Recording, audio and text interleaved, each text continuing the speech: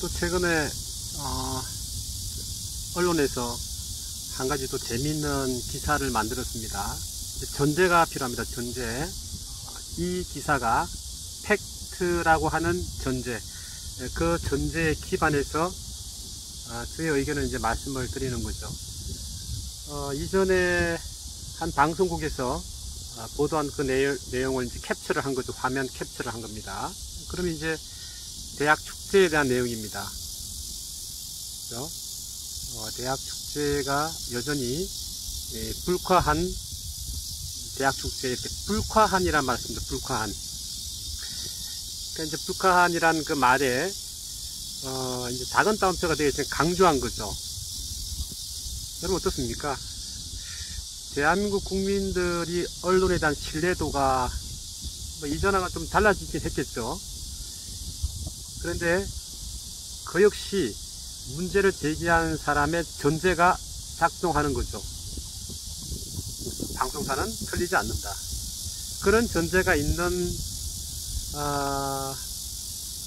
독자라면, 시청자라면 문제제기 하지 않았을 것이고 분명히 사진을 찾아봤을 겁니다. 그렇게 하지 않았겠습니까?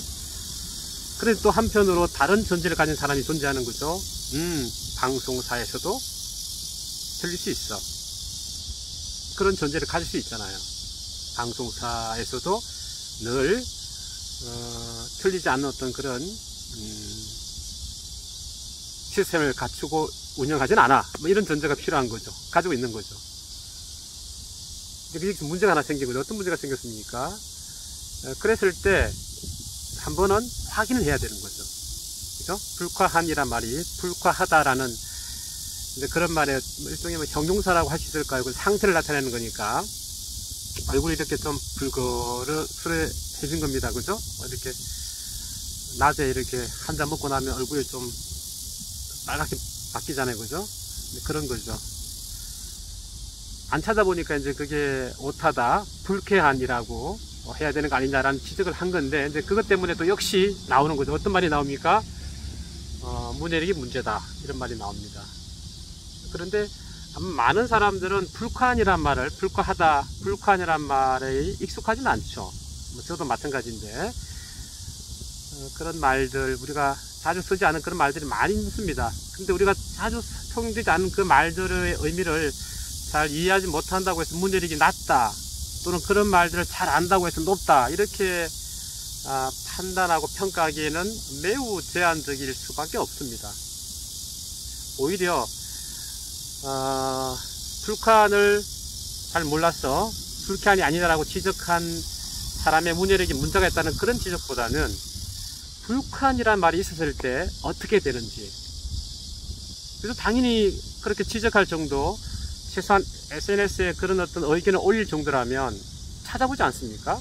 내가 찾아보니 역시 없더라. 그런 어떤 자신만의 믿음, 신념이라는 것이 여러분 그냥 생기는 게 아니잖아요. 그죠? 그런 절차, 인지의 과정, 그게 어떤 인식론적인 태도인데, 그런 태도를 갖추고 있었더라면은 이런 또 문제, 이게 하나의 어떤 이슈나 또는 기사거리가 되지 않았겠죠. 하지만 문해력을 강조하는 입장에서는 좋은 기사거리가 되잖아요. 상당히 재밌는 그런 기사거리가 되잖아요. 그런데 한 가지 우리가 이야기할 수 있는 거죠.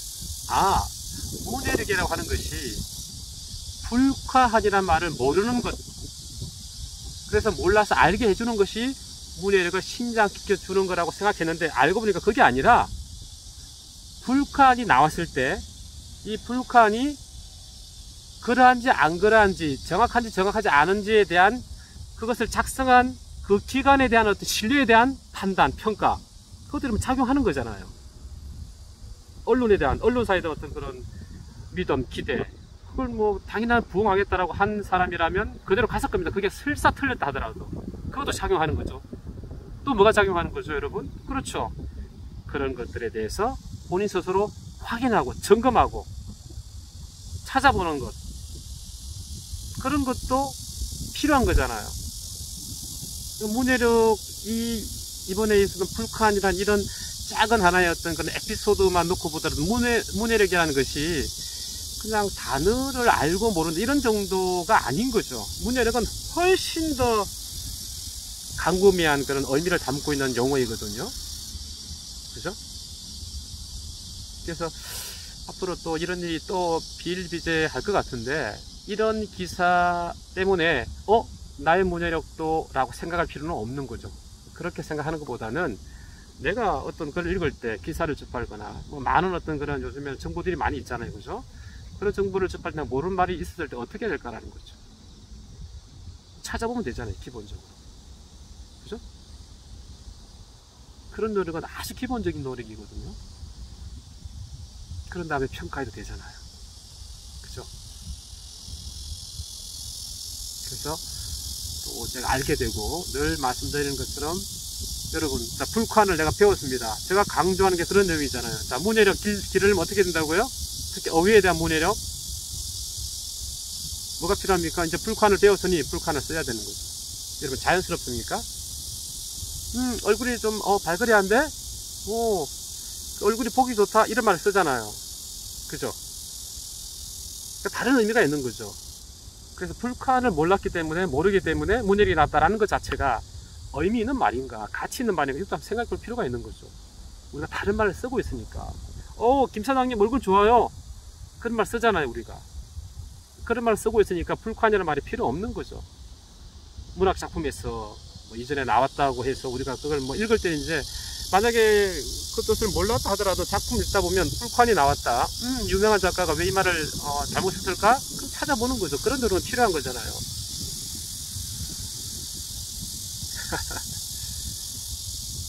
문해력은 우리가 생각하는 단순한 문제는 아닌 거죠. 그죠? 그런 의미로 생각해 보면 또 재미있는 하나의 에피소드가 되는 겁니다, 여러분. 그래서 기사 뭐 하나하나에 일일이 하면서 나의 문해력에 대해서 너무 좀 뭐라 그럴까요? 주눅들 필요는 없을 것 같아요. 네, 여러분 감사합니다.